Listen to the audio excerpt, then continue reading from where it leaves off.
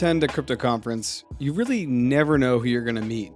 And sometimes even measuring the ROI of a conference can't really be done in dollars and cents. Because in crypto, like in any industry, your network is really indicative or resonant with your net worth. Or in crypto, your ability to understand trends, nuances, and what we would say is the alpha. The alpha being information that only a few know and eventually others will know, but somehow you got it earlier. This is why people sit on Twitter all day and follow traders, follow NFT traders, follow anyone that they perceive to be in the know. Well, at this year's consensus, I met Crypto Mommi. And on this episode, I have Crypto Mommi on to talk about regulation, where the market's going, and how she went from, as she says, zero to hero. Because 3.5 years ago, she had zero crypto knowledge and zero trading experience. But now she's full-time into crypto as a trader and a consultant. I'm Jarrett Carpenter, and this is More Than Blockchain.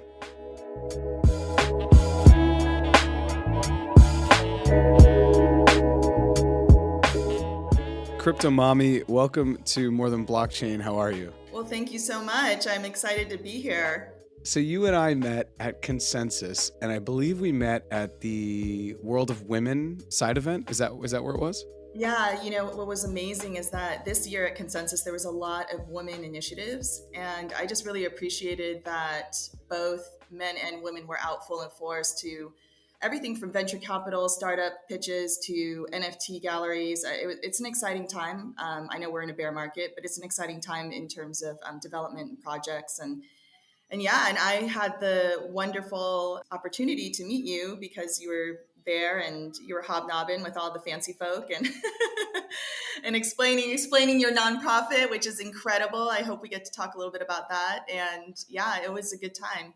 Yeah, it was a good time, and I was very impressed by World of Women. I went to a lot of the side events, especially in that specific. If you went to Consensus, the Sunset Room, and that one was the most well attended. That one, and there was a Latino happy hour that were also just packed, and they packed that space where you couldn't kind of walk. I went to a couple others, which I actually thought were going to be more packed, but weren't as heavily populated.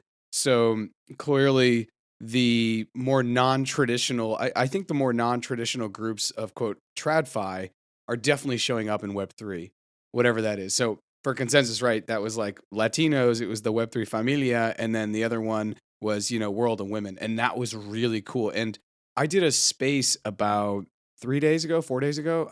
God, time is flying. And we were doing a recap of Consensus. And one of the things we had, who do we have on stage?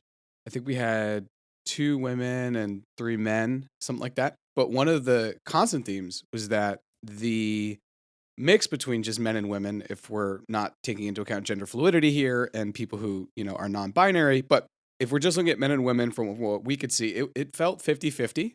And it felt all the women were like, yeah, it was good to not be in a room and not be the only woman with 20 other dudes, 20 other bros. So that was definitely one of the takeaways. And that's what people also said about NFT NYC. And I think that that's a good thing because the story we tell ourselves, right? This is what keeps us happy, is that this is a different space and this is doing different things.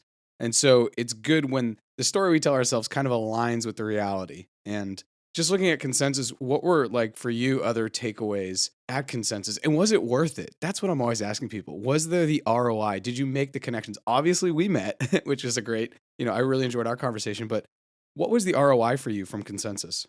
Well, I think what's interesting is I kind of work within several different spaces. So it's hard to say, but just from a pure development, working with development teams, trying to match them up with projects and startups, and looking at startup advisory, because I actually have a couple of projects, one ready to launch in about 8 to 10 weeks. That's a real estate portfolio going on chain. It's called Digital Asset Foundry.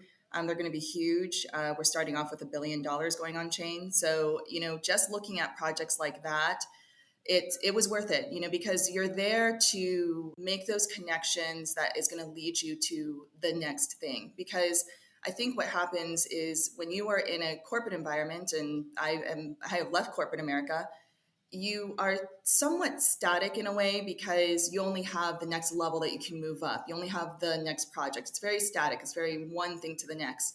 versus when you are consulting or you're an independent or you are a creator or in this space in development. What happens is that all these little nooks and crannies are filled with ideas and other avenues that you can go, and it doesn't ever lead to where you expect. That's the thing. That's why you go out there. That's why you put yourself out there. It never, I go to meet a particular venture capitalist because I'm like, I know I need to talk to this person. And all of a sudden, I walk away with 2 or 3 people with NFT projects that might want representation in the United States. It's just very different. And so what you have to do is you have to just keep a very open mind, but it's also what keeps it fun, fresh, the adventure. I'm a very kind of easygoing person where wherever this takes you, just go with it. But always lead yourself with like who you want to present yourself, professional, integrity, and, good ideas, trying to not wreck people, and the reason why I say that's because it's still the space. We're still crypto. We're still Web3. What do you mean? What do you mean by that last comment?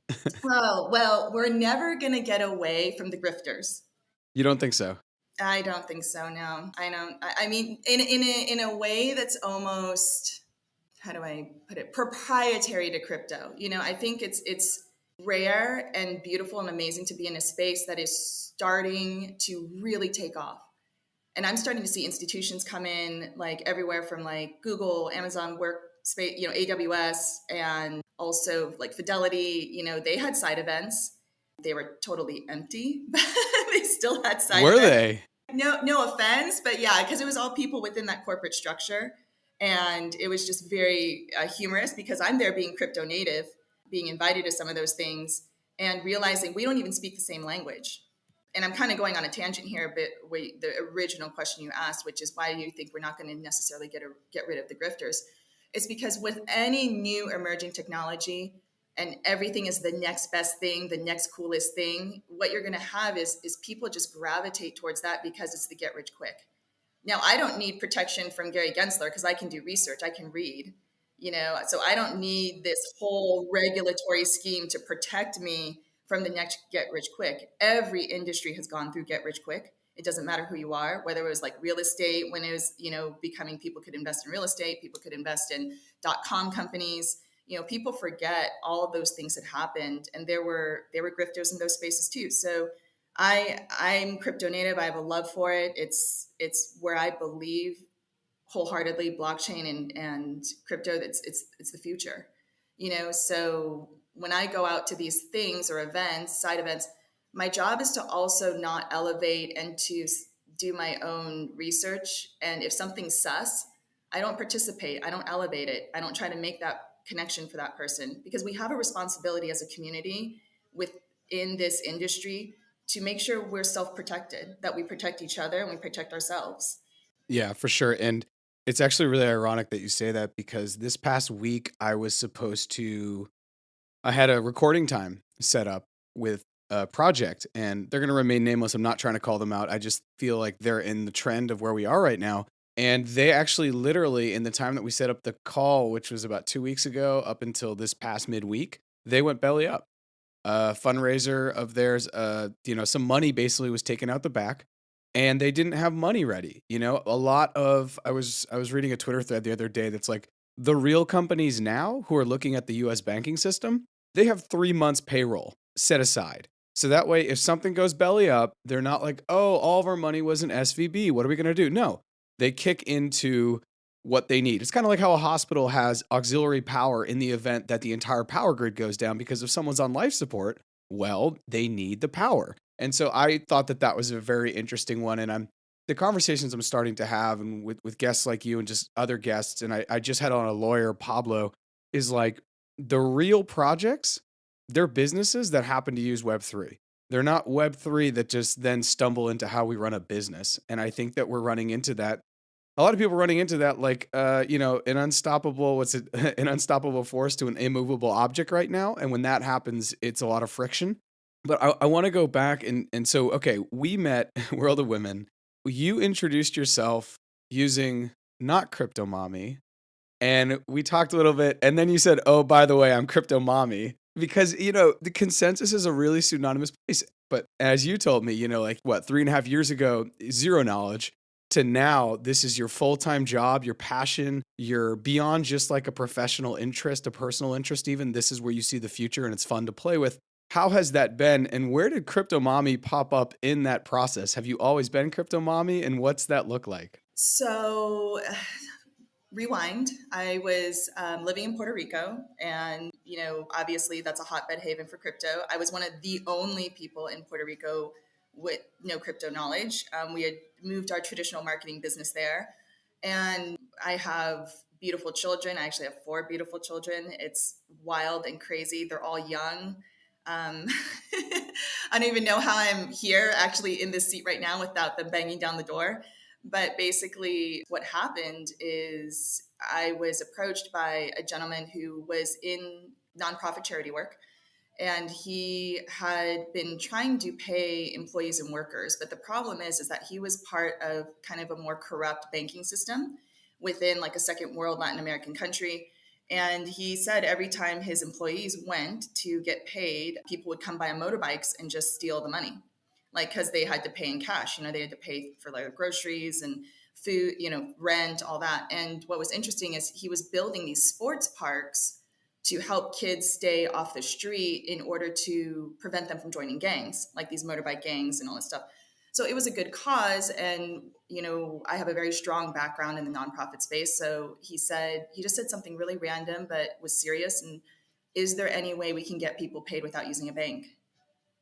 And I said, I'm not sure.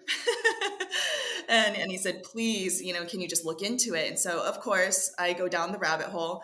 And once you discover all of the tenements of crypto that you believe in, all the things in blockchain that you know are to be true, there's no turning back.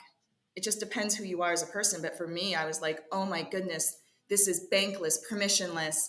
This is fractional. That gives the ability, the freedom to carry it on their phone. Anonymous. I mean, there were so many things that I just totally believed in and fell in love with it. The technology itself, because everything that it can provide for somebody that is living in like a second world country, reduction of relying on the local fiat, so they can be able to buy things. I mean, people who held USDT and USDC during this last inflationary period in second world countries were actually ahead, because they beat the rate of inflation for their fiat currency. And all they had to do was hold USDT, USDC. Now, I know whatever you think about the projects there, that's fine. But it was incredible. Or like this whole SVB crisis. Like I was actually at a venture capital event the day it happened. And what ended up happening, yeah, and I have the direct messages between me and one of the VCs.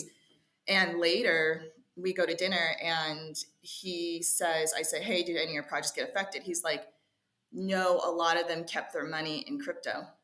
And a lot of them, they had exposure to SVB, but a lot of them kept it in USDC off exchange in just a cold wallet, because LLCs can own a cold wallet, and so because of that, they were able to actually hedge against a huge bank failure.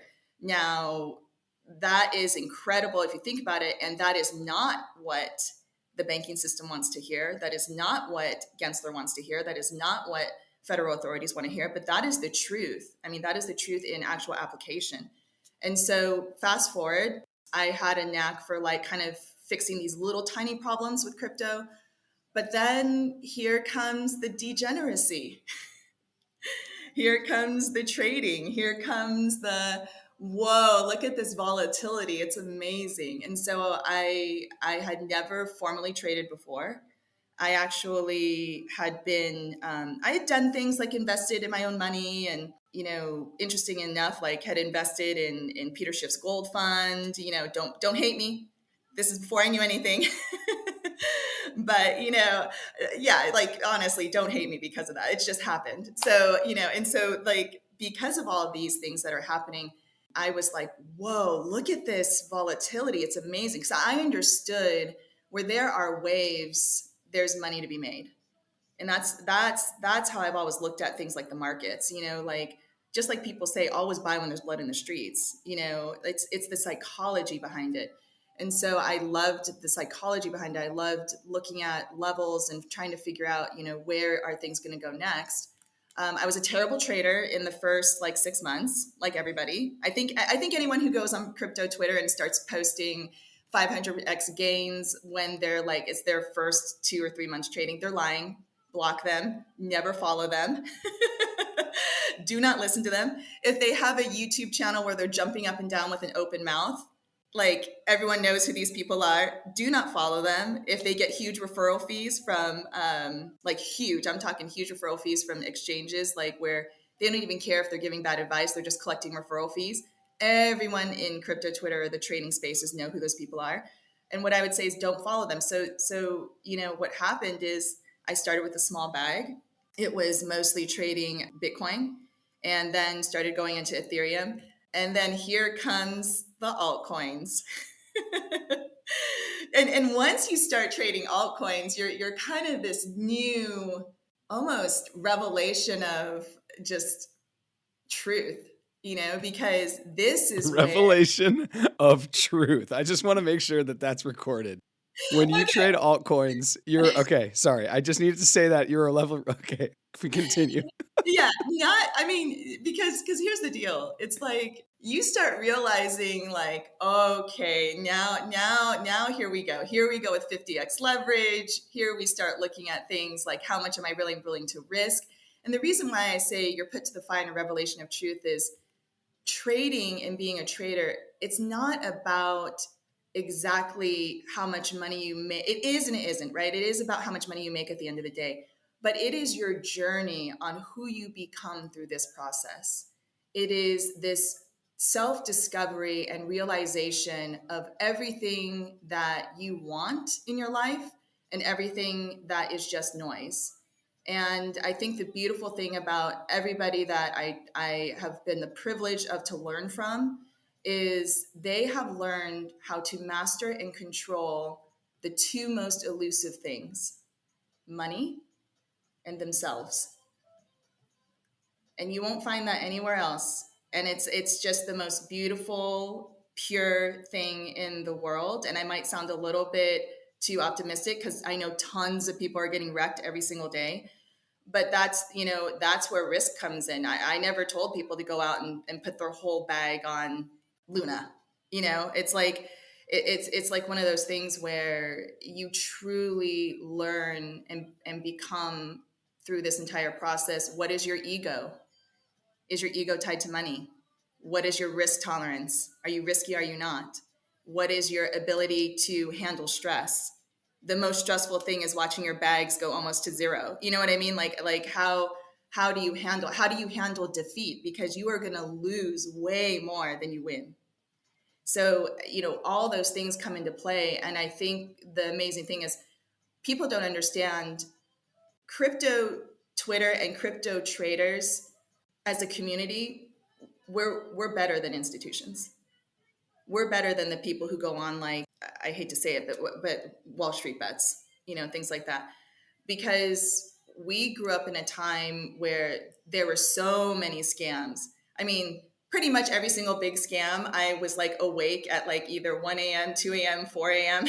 watching, the huge dumps, whether it be 3AC, Do Kwon, FTX, and the thing I love about it is that grit and resilience where everybody is so supportive. And it's you know what? Yeah, you lost. I know people who lost everything in FTX.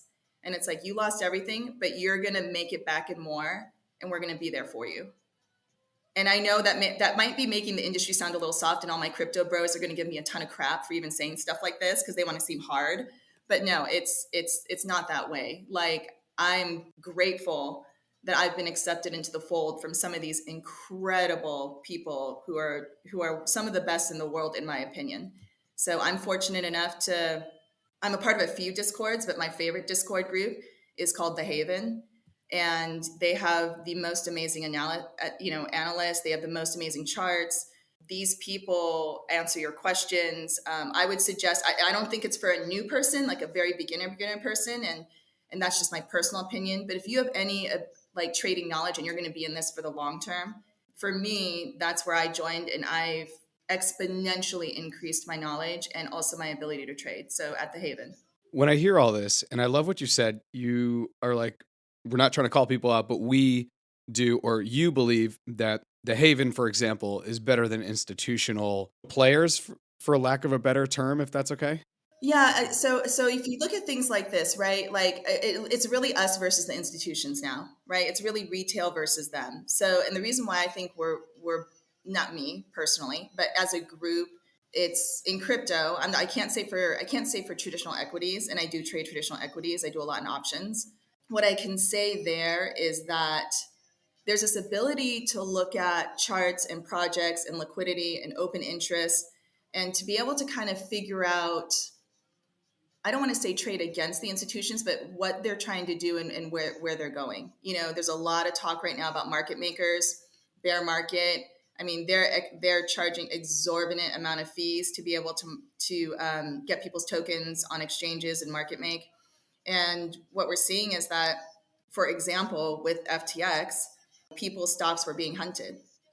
You know, because people's stocks were being hunted, it's like Alameda was a hedge fund. You know, it was them versus us.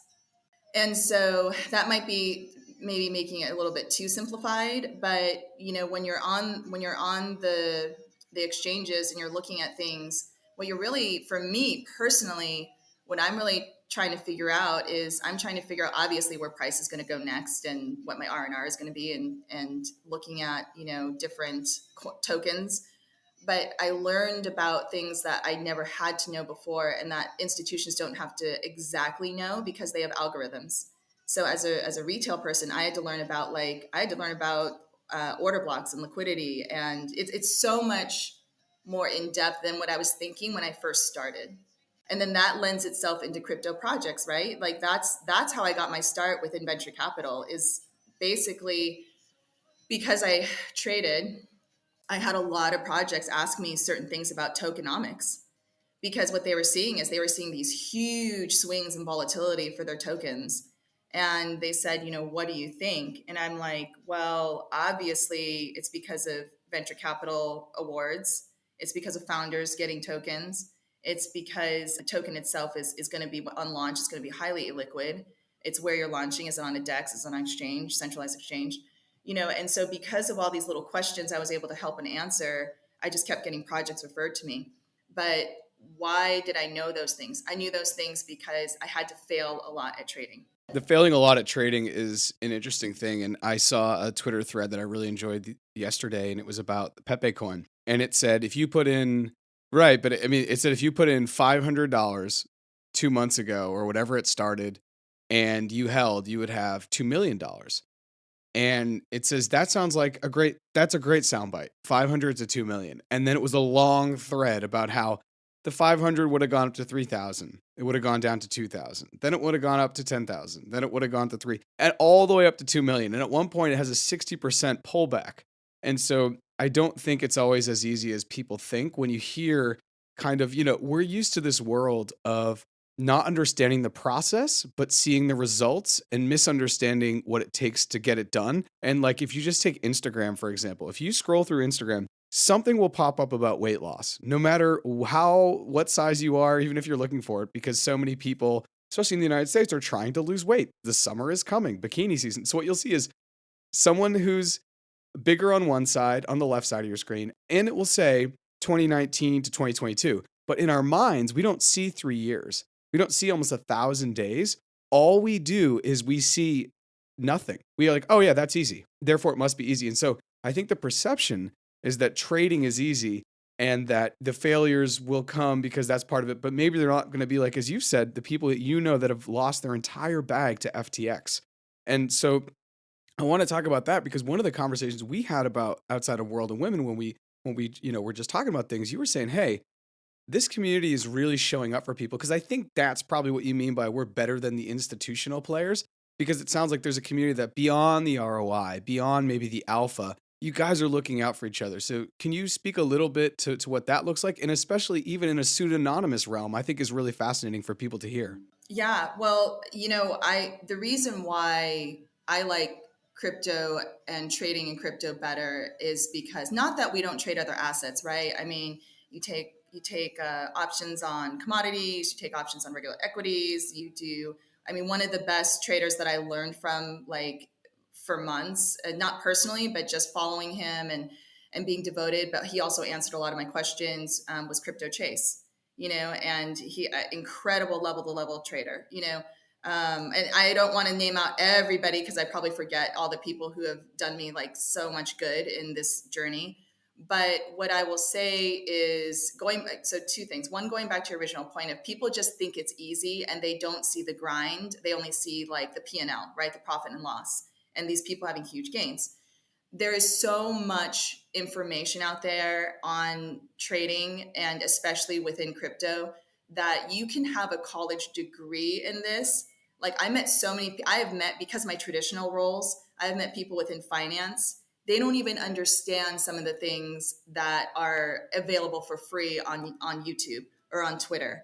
And like everyone will say, when you get started, it's like, go to Cred, his name's Cred, Crypto Cred's information on YouTube. He has like a college course that's set out, and it's literally like class number 1, syllabus number 2, class number 3. It's awesome. And you're not going to get that quality kind of instruction or ideas from even going to a university, in my opinion, and so that's why it's an amazing community, because a lot of people make their content for free, and they're not out there to wreck people or just get paid.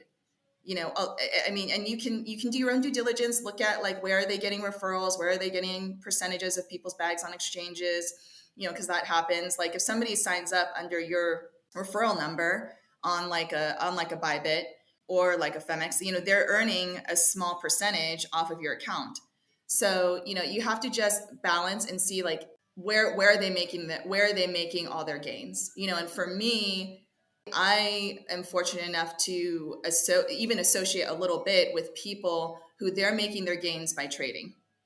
They're making their gains by trading. They're not making all of their gains by trying to shill a project and get a ton of tokens on the back end and then dump them. And that's the part there. And then in terms of people showing up for each other, it's like, if you really trade, everyone understands that feeling when you capitulate and almost go to zero. Like, that horrible, terrible pit in your stomach feeling of, damn, I just lost this whole thing. And it is like, you are at one of your lowest points. And in some ways, you're like, this was my fault because I made these trades and I did it like this. And in some ways, you're like, I followed my setup, I followed my system, my thesis didn't work out. Like, you start questioning things. But it's different with FTX. It's different with scams and rugs. And the reason why, maybe not like an NFT like scam or rug, because I don't invest a lot in NFTs. But when you look at something like an FTX, totally out of your control. So imagine you grind, you make your money, you put it in there. You did everything managed. I'm not going to say everything right, because trading is about risk management. So you risk managed your behind off to have this certain level of success. And all of a sudden you get this like little blurb on Twitter that everything's going down. And not only is everything going down, you're not going to get your money back.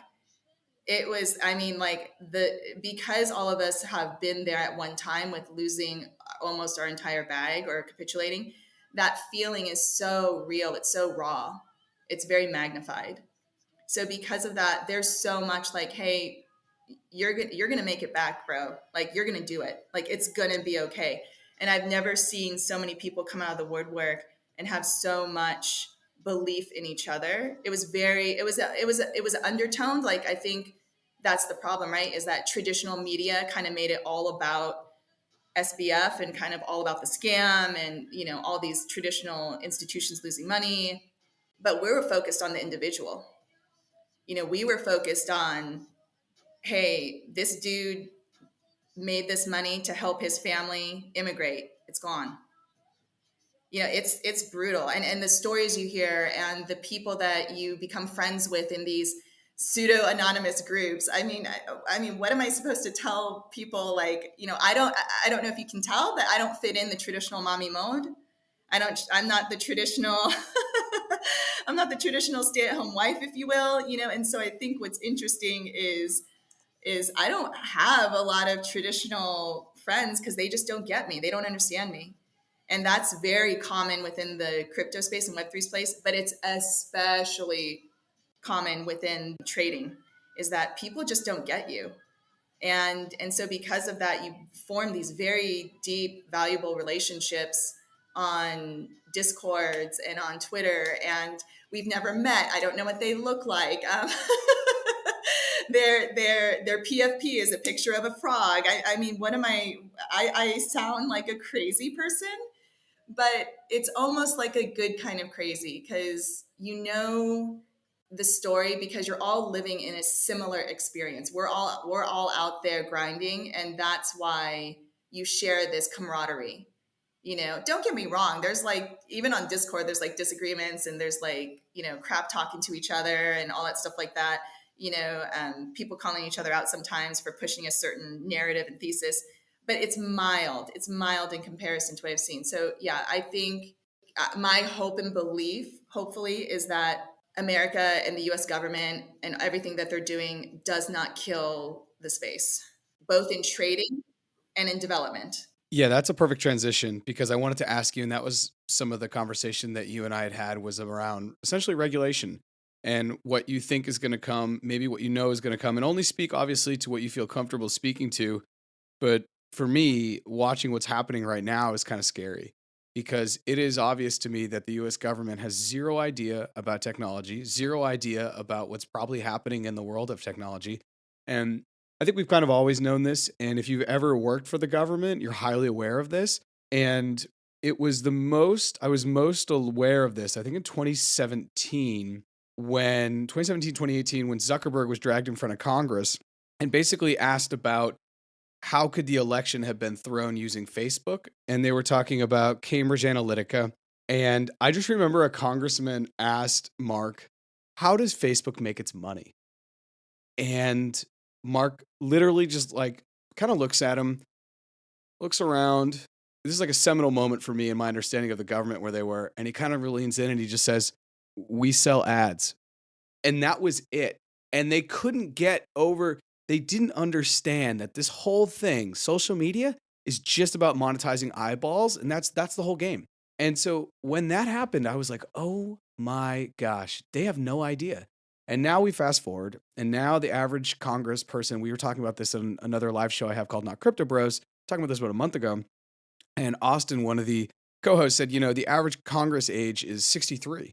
And I'm sitting here and I'm like, 63. This is why, and obviously I know that TikTok comes down to potentially national security issues, but it's like they're not on TikTok, so it's easy for them to just ban it and not see maybe some of the value. They can't get their head around ChatGPT or AI, obviously, because they're probably just not using it. They're not sitting in Discords or sitting in Twitter or understanding maybe what's even happening in crypto, excuse me. Therefore, it's easy to ban. And I just assume that when I'm 63, because I'm now in my late 30s, I have no idea what 23-year-olds are doing. Some of the even language they use, I like hear them talk. I'm like, I know that's English. That's cool, guys. That's great. You got your own lingo. I had my own lingo at the time too. And I just feel like there's such a difference now between the dreamers, the doers, and the innovators, and then the people who get to create the rules around all of those three communities. And you and myself and other people, when you look at consensus, we're in the dreamers, the doers, we're in the executors, we're in the people that are trying to figure out the future. And if we want to get into, the Game of Thrones geopolitics of the world, the United States needs to continue to stay relevant technologically. But it's crazy to think that the people that are making the rules for this don't understand any of this. So for you, you could speak personally and then also speak about, some of the conversations you've had with government people or whatever you can speak to. Where are you falling on this and how do you think it's going to play out? Well, first of all, I just want to say thank you for being in this space and trying to do something in the nonprofit sector, such as Mercy Corps. I know that's what you're doing, and I'm really grateful for that, because that's a story that needs to be told in general to the public. Crypto does no service to itself by just showing people in Lambos and Dubai, and like all the socials are what luxury mansion you're going to have. The crypto has a horrible PR problem. We have a public relations problem. And the reason why I say that is because why aren't projects like Mercy Corp, like Change DAO, like, other things, women in Web3, like why aren't those things being highlighted as truly advancing social impact with technology? I think that's where we have a huge disconnect. I mean, even me, it's like, I've never had more belief in myself or freedom than when I started in this industry. And I went from like, I don't want to say zero to hero, but I went from like zero to wow, like I'm actually doing something valuable. I'm actually doing something that is exciting, that's in tech, that I didn't have to have a huge degree for, but I just had to prove myself. And there's very few industries like that exist, because a lot of things are degree gated. I like to say degree gated, right? Because you have to have a certain degree to get into it. A lot of them they're financially gated. You have to get into it because you have a certain amount of money. And crypto and blockchain in itself has really leveled the playing field.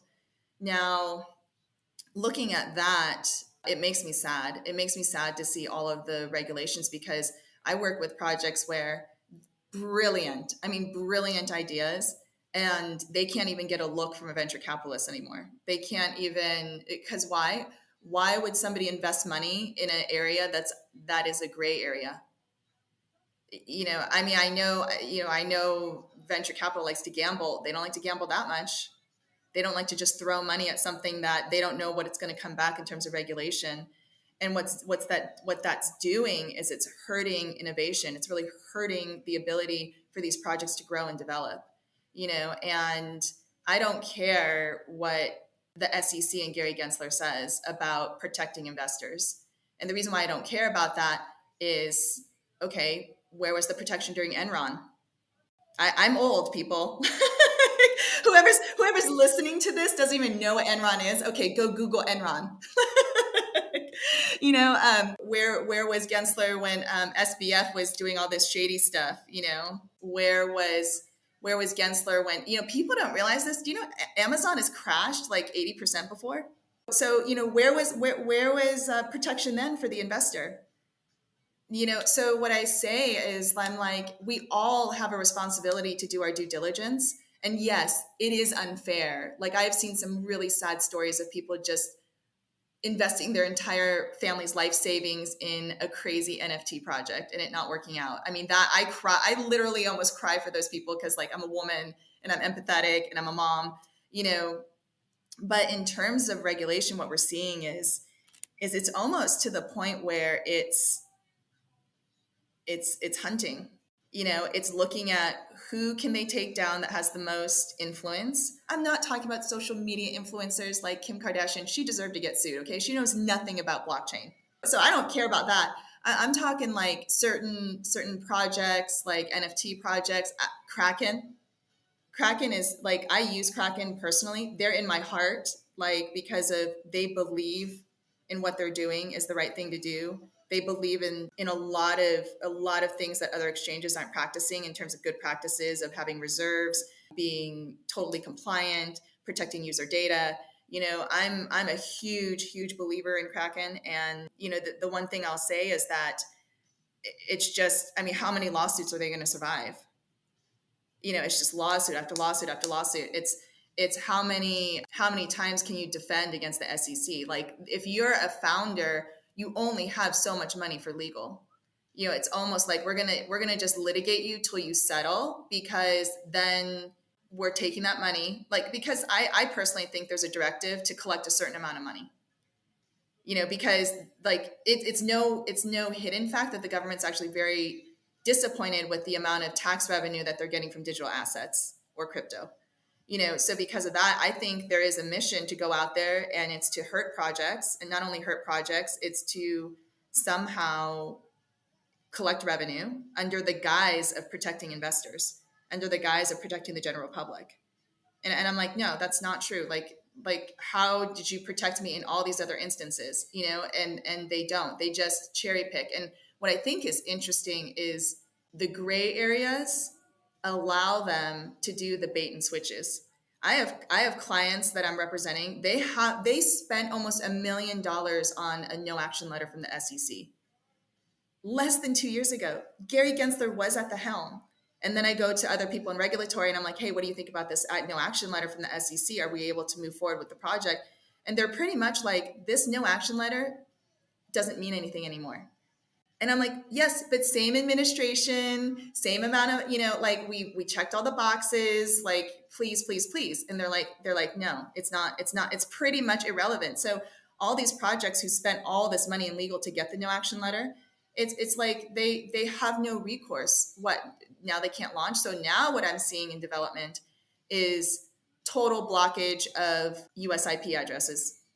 So if I'm a US citizen and I'm trying to get onto a certain, not only exchange, I mean, let's just take trading out of it, right? Like, even though we're being choked off from every exchange in the world right now, a US citizen is.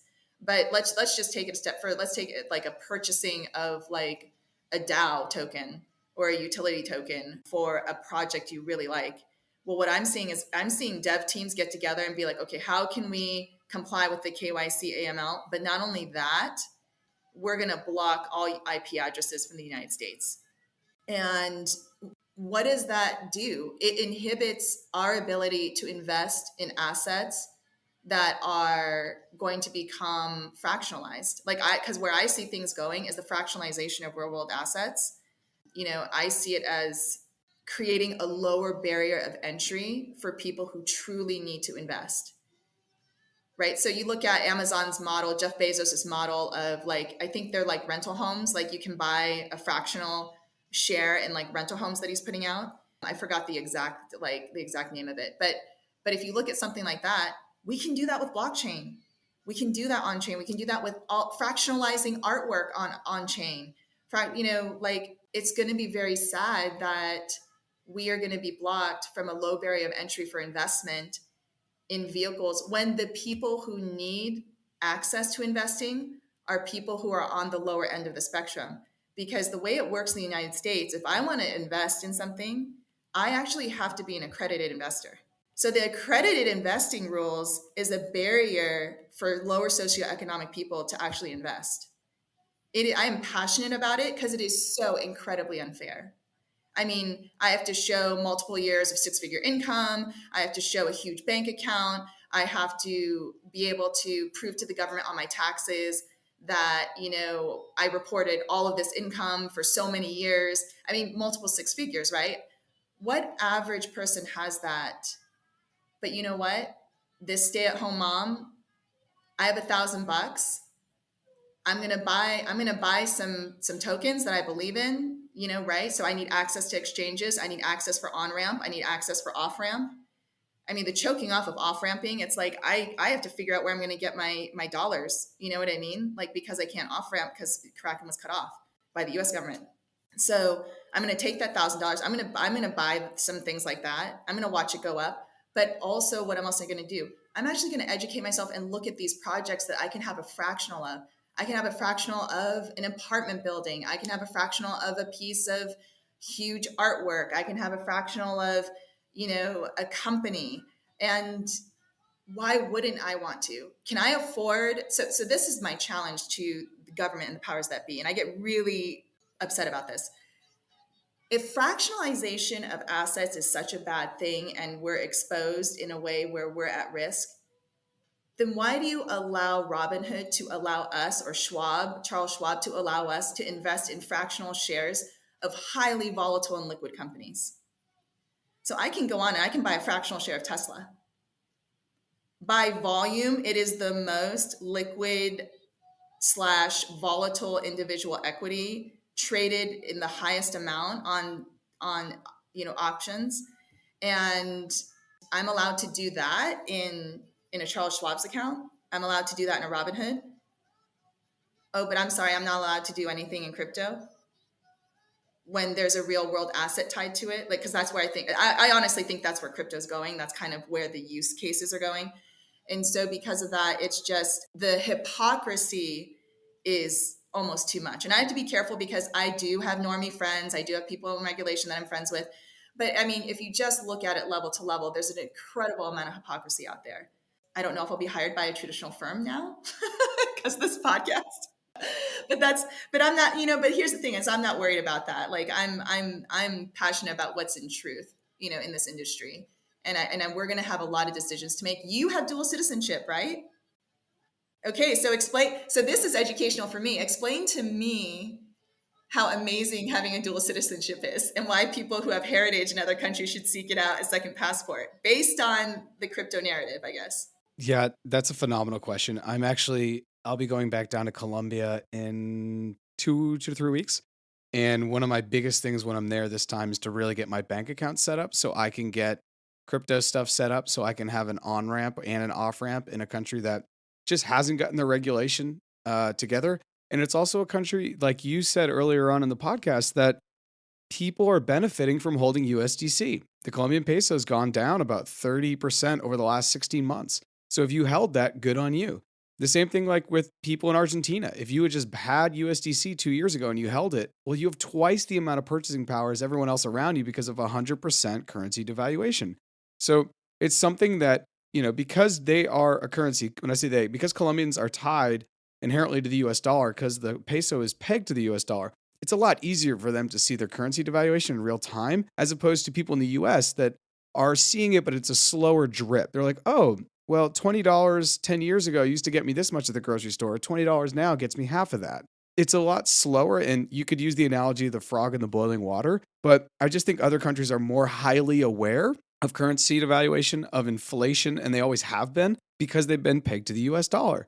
And I remember sitting in a room, this was in February of 2022, talking with some Colombians and just saying, look, by 2024, the peso will go to this amount. And it actually happened in the beginning of 2023. It happened 12 months before I thought, just because of the printing. When we print money, we don't really feel those ripple effects for it's like 12 to 16 months. And then all of a sudden the bad effects will happen, right? So for me as a dual citizen, it is a total privilege to have that on and off ramp availability. I need to go get my bank account set up, and I'm really excited to do that so I can get to Binance.com. I can't get to Binance.com with my US passport, right? With my social security, I see your face. Because in 2017, when I got into crypto, I could get to Binance.com. There are so many juicier, cooler projects that get to Binance.com. By the time they get to Binance.us, you feel like you missed out on what we would say, as you laid out here, as being an accredited investor. I've missed out on 10 to 20x already. And I think it just totally comes down to the US government. And I don't think they're bad for wanting this. I just want them to be careful how they go about this. They just want to make sure that if people are having gains and they're US citizens, then they want to have their piece. They want to get their tax. Now, how they get to that, I think they have to be careful because Coinbase has got a new headquarters offshore, apparently. Gemini's doing the same thing. The Winklevi just have been trying to play nice in the sandbox with the US government for 10 years now about this. And the US government is the US government. They're slow, they're bureaucratic. Administrations change, ideas change. FTX and Doquan don't help out these narratives. And so another thing you mentioned is the work I'm doing at Mercy Corps. Mercy Corps is a massive global INGO, an international non-governmental organization. We're in 40 plus countries. And for me, I know that, the stats are out there that 20% of billionaires by the year 2030 will be crypto billionaires. So we have to find a way in the nonprofit sector to be able to understand the conversations that are happening on Twitter, understand the conversations that are happening on Discord, understand what goes on at Consensus, understand what's happening in this digital financial world that's also global because we are a global organization.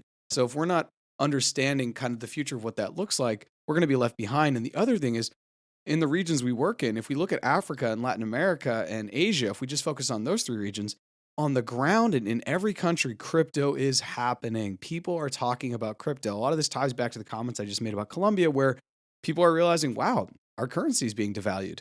Whether they're close to the yuan in China or whether they're close to the dollar on this side of the world, those two currencies are not going to say the hardest currencies because that would be the wrong thing to say, but those are the ones that people are trying to get to now. So everything else around them is basically going to be affected. And I always tell people all the time, people are like, oh, why do people migrate to the United States? I say, well, obviously it's opportunity. But if you look at the history of human migration, we're all just going towards what we perceive to be the best and most stable currency. In the Americas, it's the US dollar. Africans go to Europe. Southeast Asia, they look for other opportunities. So that's kind of where we are. And so it's a very interesting time to think about regulation. And it's also a time, and this is where one of the last things I was really interested to ask you as someone who's a trader who probably has, global community. We've talked about regulation. What is your thought on the overall status of the US dollar as being top dog in the world? Oh man, the good news. So I want to maybe backtrack a little bit, and here's the reason why. And backtrack a little bit to when you were talking about regulation. So this is how bad it's getting. Like, I think I glossed over that, but I don't want to gloss over it for the sake of your audience. And the reason why I'm saying that is there was just an article that was published about the SEC having the highest amount of record whistleblowing payouts. I don't know if you saw it. Like, somebody on The Haven actually posted it, and I looked at it and look it up. But they publicly came out and said that they're very pleased, they're very happy with the highest amount of whistleblowing payouts that they've ever had. And the reason being is they're getting people to snitch on each other. Like, because these whistleblower payouts, I'm not going to say how I know 100%, but I do know how some of them are constructed. And so because of how some of them are constructed, it's a huge windfall for people. Or if you just look at regulation, I mean, it's the squeeze. It's like, hey, I caught you using this in your wallet.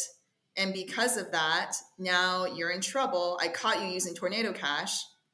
That's a blocked thing for the United States. I caught you using, and that's the whole nother story about the VPNs that we can talk about. But it's like, I caught you using these things. And either you go to jail for a year, or you give us people who have actually committed wrongdoing and that for a fact. But if you do that, we will give you a portion of that seizure. So I didn't know if you knew that, but whistleblower deals get in financial whistleblower deals, even outside of crypto. Let's say you're a real estate fraud person, or if you're just selling fake land, or if you're somebody that is insider trading at a big firm, something like that, you get a percentage of the bag that the government actually is able to collect from those deals. Like, I can see you shaking your head. That's the truth. It's the truth. And That's now wild because the story is, snitches get stitches, not snitches get paid, right? snitches get paid in the recent history. And so because of that, all I have to say to the crypto community is please be careful. It doesn't mean you can't be friends with people, but don't go out there and post all over the place how you're using a VPN to get around regulation. Don't do that. Like, I've seen it. I love all my bro friends on these channels and discords, but it's like, please don't do that. Like, not, and I don't know who they are because we're all pseudo anonymous, but the key being is that you're exposing yourself now. Like everything we do moving forward, there's a slight amount of exposure. And so we have to be careful and realize what's going to happen is it's because the government isn't quite smart enough to go through all the metrics and track down every single transaction wallet. And I'm not trying to say they're not smart, because dear Lord, please don't let me get audited. But they're not crypto native. They're not blockchain native. They're hiring those people right now. They're hiring those people to do investigations. And I know that for a fact because I know some of the contracted companies that are being hired to do that work. So they're hiring those people. But what I'll say is that it's to that level. It's becoming to that level. One, two, you're going to see huge changes within definitions, broad stroke definitions. I mean, I'm talking, I was at a meeting. It was floated out there that NFT platforms might be considered brokerages. It was floated out there that DAOs with just utility tokens could be considered a brokerage. It was floated that DEXs for sure need to KYC and block American citizens. Like all these things, I mean, this same meeting, I mean, I was like, I can't believe I'm listening to all this, but it was like, that is what was discussed in a very plain, matter of fact fashion. And everyone there was a normie except for me. That's the problem though, right? Is that I'm the crypto person. I'm the crypto mommy. Everyone else is normie, and they think this is fine. They have no vested interest whether it goes one way or the other. They're just there to listen, and but they're not part of the ecosystem. They're not building. They're not devs. They're not trying to use the technology for the greater good. So it's a very scary time. I'm not trying to be all doom and gloom, but I just do not see it getting necessarily better for US citizens. That's why I love the fact that you were talking about Colombia. I encourage everybody who has the ability to get a second passport. You can get a second passport if you have heritage in Italy, Ireland. Go back in your genealogy, please. Like, I don't have that opportunity, but other people do. Like, if that's the one thing that somebody listening to this podcast does, is look in your background and get your second passport ready, because it's that we're being choked off.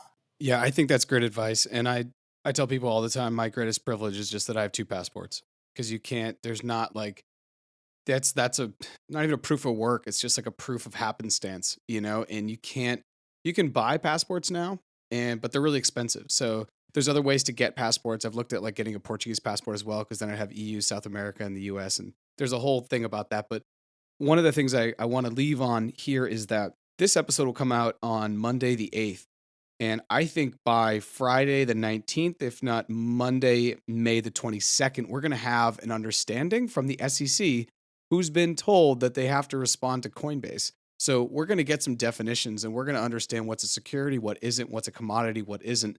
And that will shift things greatly. And when that happens, everyone who talks about being adaptable and flexible is going to actually have to show up and put up or shut up, because the markets could go absolutely insane as institutions walk away from it, retail freaks out. There just could be crazy movements on those days. And I said this the other day on the live with Not Crypto Bros, but I think over the short term, there's going to be a lot of pain, especially for US citizens, for the next 6 to 12 months. After that, once we have the regulatory clarity and everyone is kind of now on board with what the rules are, then I think long term it's going to be great for the space. But as you said earlier too, where there's waves, there's opportunity. Where there's chaos, there's opportunity. And where there's opportunity, there's chaos. That's just how this works. So if you're here for the disruption, you have to kind of strap in for everything else, because it's going to get bumpy. But I want to give you the time to shout out where people can find you. I'm assuming just on Twitter at Crypto Mommi. Is that accurate? Yes. Yeah. So my handle is at Crypto Mom Life. And I'm Crypto Mommi, but also, I'm going to be starting a website, cryptomommi.com, more for like fun. And because under advisory, like I've gotten so many requests for people just that they can have a site to go to, so they can look at like, hey, we need help with tokenomics. Hey, we need this advice on pre-launch sale, just a lot of different things that I'm surprised that people come to me for, but it's working out.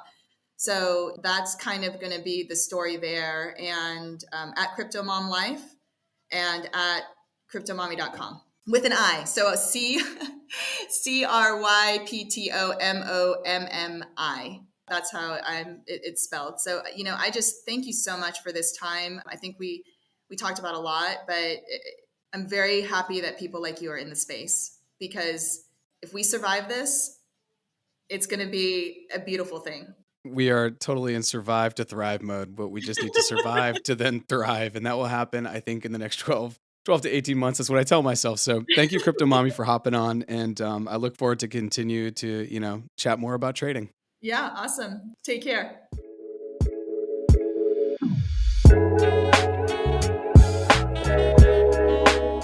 Thanks so much for checking out this episode of More Than Blockchain. And if you'd like to get in touch and learn more about what Crypto Mommi is doing, go ahead and check out the show notes.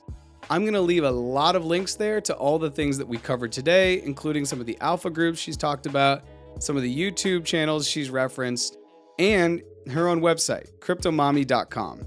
As always, go ahead and find us and follow us on social media at More Than Blockchain. And if you enjoyed this episode, please go ahead and share it with a friend, family member, or colleague. And no matter where you're listening to the podcast, please go ahead and subscribe. Thanks again for checking out this episode of More Than Blockchain, and I'll see you next time.